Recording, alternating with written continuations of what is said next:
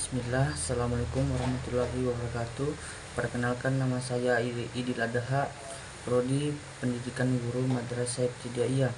Pada kesempatan kali ini saya akan membahas materi tentang pengembangan sikap inklusif dan toleransi dalam pembelajaran IPS di SD.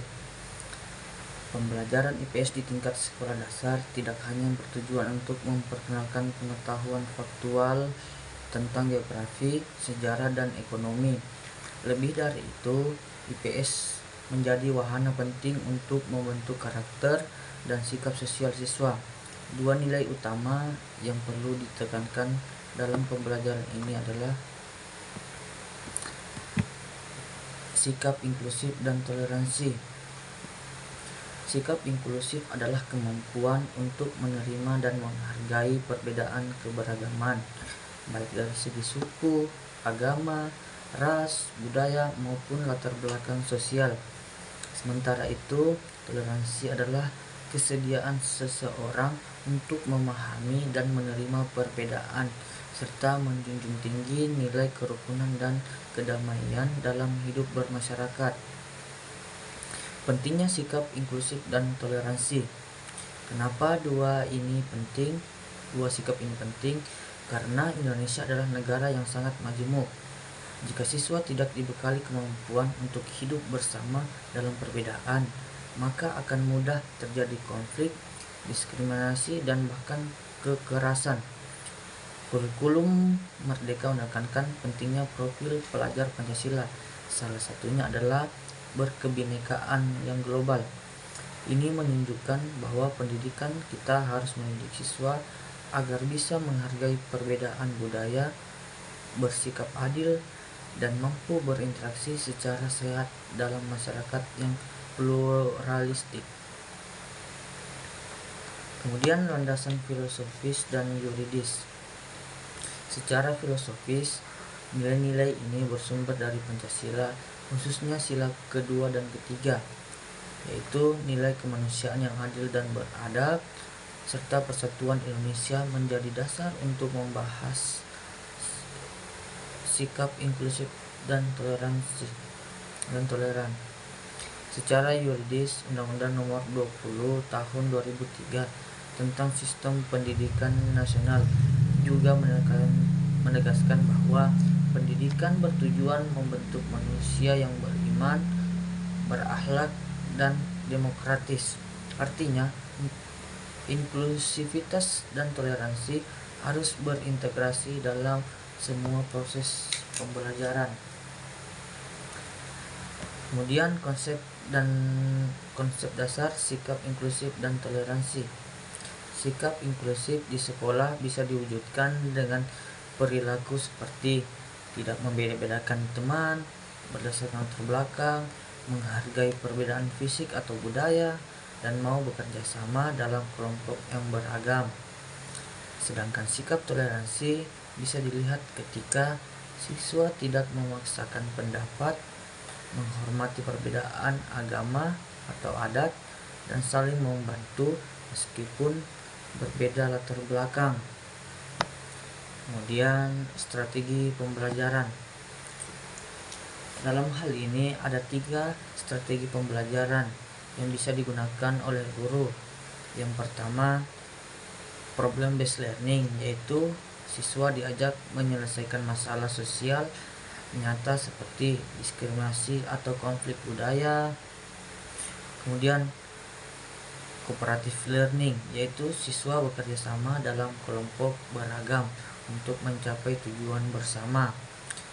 Yang ketiga, project based learning, yaitu siswa membuat proyek seperti pameran budaya atau kampanye toleransi.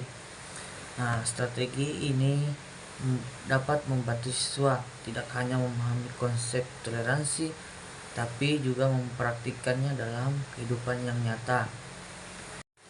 Selanjutnya, integrasi nilai dalam materi IPS. Nilai-nilai ini bisa diintegrasikan ke dalam materi IPS seperti yang pertama, keberagaman budaya di Indonesia, konflik sosial dan resolusi damai, dan terakhir, kegiatan kebudayaan daerah.